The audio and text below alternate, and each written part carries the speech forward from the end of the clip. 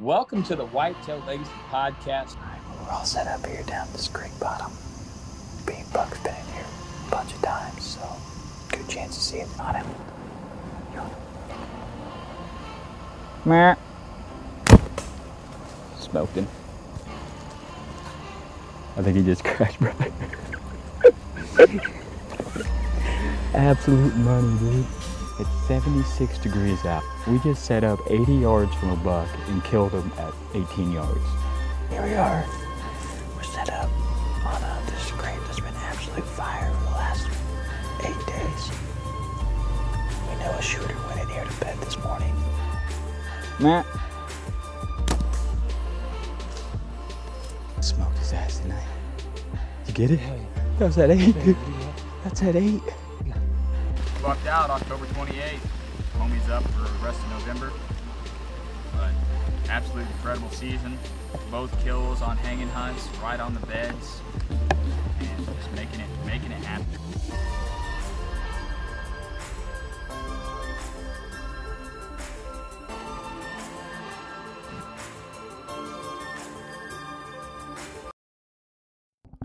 Welcome to the Whitetail Legacy Podcast, coming at you with episode 5 of the Rutcation podcast series. Let's get into the people to make this possible. We're going to get in the show. We're going to start off with Exodus Outdoor Gear. They are the one that made this possible. If you guys are in the market for a new mobile cam, check out the Render. The Render bundle is something that they have that's very cool. You can save a little bit of money on. You can get an SP18 solar panel and all the hookups and an Exodus mobile cam, or you can get an Exodus mobile cam, lithium battery, or an SD card as a package, or you can get the Render and a public land security package. Those are all covered by that 5-year no BS warranty. Those are all offered on their website as well. Getting into today, well, I took a different route for today. If you listened yesterday, you knew that I missed JoJo in the evening and was kind of real down in the dumps about it. And I told myself today that, he was a high 50s, mid 60s deer giant. I just told myself that he was supposed to live another year and be 190 next year. And I'm going to go in and kill, 2 other bucks.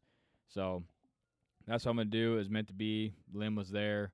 Everybody says it's a game in inches, but, that was an inch big limb. So an inch higher, I'm good. An inch lower, I'm good.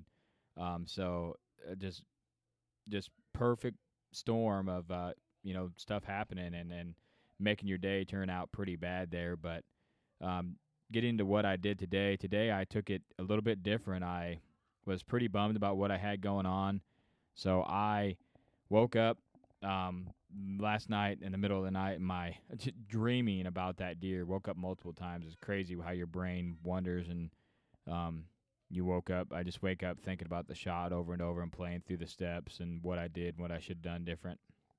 But anyways, woke up. My oldest kid, Rainer, had a fever of 101.6. So was trying to get him cooled down, got him in the bath, got him some, kid Tylenol, cooling him down. A couple hours after that, woke up again. His fever was still there, so I was trying to wet him down with a towel. We went to the couch, sleeping with him. And I told my wife, I said, hey, I'm just going to go to the bank. We had some work done here at the house. I needed to get some cash out to pay the guy, take care of the kid. He can't go to school, obviously. So took him, went to town. He felt fine, of course, when daylight hit, but got that money out of the bank. Went and got some more nocturnals for my arrows, got that set up, shot my bow a bunch, get that confidence back up, and was planning on going out this afternoon. Came back here, and it was hot again, and I just was like, you know what, I'm going to shoot my bow again, go out and do some scouting. Went and pulled a couple trail cams there midday with him, and some ones I could get to easy, and not a lot going on during this heat, just like I thought. So I had some bucks show back up last night on cam. Chips and Dip came back, and Trailer Park came back. They're both in there in the middle of the night working scrapes. So I decided I'm going to take this afternoon off as well. The wife is off work tomorrow. Kid still has a fever tonight as I'm recording this. So she's going to be able to stay off work with him. and I'm going to do something kind of really cool for tomorrow. So going in tomorrow, I'm going to go back into that pinch. I gave it a day to maybe him to not think about it and get back in that pinch and see if I can get that buck or a different buck. Like I said, I've had 4 shooters in that pinch. Going to go back in there and hunt the morning till probably about 9:30, 10 o'clock. I'm going to get down, come home, eat, and then I'm going to go into a piece of public that I've been wanting to go into for a few years with this south wind, and I'm going to spot and stalk it. It's a big grassy CRP area. No other hunters on there. I drove past the parking lot today. There's nobody out there. So I'm just going to kind of spot and stalk my way through, and there's little clusters of trees. I'm going to glass them up real good and see if I can't glass up a buck out there and shoot a cool buck doing that. I'm going to try to video the whole thing going along, and but be cool to get in there and scout that property, see if I'm missing anything.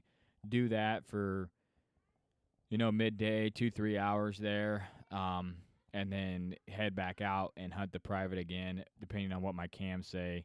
I might go in on chips and dump, and I might go in on the corner stand on the clean 10 or the 11-pointer or any of those bucks there on the other piece of private. So that's the plan. Go hunt the pinch in the morning and go spot and stalk midday, scout a public land, and then go back and hunt either a cornfield or scrape on a food plot tomorrow evening close to bedding. So that is the plan. I got one area that I'm going to go to it's a cornfield, but the does are on there extremely early. They bed extremely close, and there's a 4-pack. Could be a buck with them, pull one out, be a perfect scenario to shoot one, and haven't been in there in a while, boogering anything up. So be a good set, but I'm kind of just saving it. This weather coming is going to be really, really good, so going to hold back and really hit it this weekend going into next week when it cools off. But like I said, if you can get out there and hunt smart. Don't burn up your really, really good spots. Hunt those spots you can get in and out easy. These bucks it is November. These bucks are still doing buck stuff, but just like my encounter last night, it was mature deer out there. It was last light, of course, real late. You're hunting that first 2 hours in the morning and that last hour at night is what you got to think you have to be close enough those deer to daylight, and that's all that these deer are going to move. Well, that's the plan for tomorrow. I'm sorry I didn't get out hunting today. I wanted to take a mental day, and like I said, that's the first buck I've missed in 7 years, so I wanted to get right and shoot my bow. I'm shooting great, nothing. I shot at 42, 15 arrows, 42, same scenario. Swing my bow, go into the target, going through the first shooting lane, swinging over, and just practicing that in my head over and over and over. So now I'm just angry. I'm just angry that it happened, and I'm not butthurt anymore. I'm just mad. So the next deer that comes in is going to die. If I get another chance, I really hope I do. I'm going to try like hell for you guys to get another buck down. But if you're out there hunting, good luck. I appreciate you guys tuning into the series. I'm going to call Ryan Glitsky on. He was the Next 7 Days podcast guest today. I released my regular podcast plus the Rutcation update podcast. So I called him to see what the rut's going on up where he lives. And it's pretty slow, he said, but he's still out there trying. So let's get him on the line here. All right, we got Ryan Glitsky on. I know he's out there absolute grinding. What do you got going on for the rut and your state? Right now it is slow as hell. This warm weather has really shut it down. Cameras are pretty well dead. I'm not seeing much activity in the woods. A couple young bucks cruising here and there, chasing a couple does, but it's been really, really slow the last couple of days. Yeah, I was surprised that I had the encounter I had last night, to be honest with you, and he was out in the middle of on the edge of a hay field just cruising. But I took this afternoon off because I just figured, hey, it's 73. I got kids that got fevers. Wife's don't want to take another day off work. She's off tomorrow, so I'm gonna do something a little different tomorrow. Going to be kind of a fun hunt. I'm gonna hunt the morning, then spot and stalk on a piece of grass pheasant There you go. public Yeah. ground, and then midday, and then go back and hunt the ag afternoon. Just Yeah. to be out in the woods and shake the the bad mojo off and have a full day out there just enjoying what I love. But so it's the heat's got it slow over there. Are you seeing any movement in the morning or? This morning, I went out this morning and I saw a couple young bucks, one little buck on a doe, a couple of little young bucks cruising. That was it for this morning. This evening, I didn't see anything. My camera's pretty much been telling me the same thing. I had one shooter on camera yesterday about an hour before dark on a doe. I caught on one cell cam. Saw one young buck come out of a bedding area last night. But like I said, this weather, you start getting up around 70 degrees, man. Boys, it really shut it down. In my experience, I've dealt with this before. It's not the first time being a rut hunter hunting when it's warm. Man, you got to get tight to them does. My experience, you got to get really, really tight to them does. A lot of times, them bucks aren't very far off those does in these situations.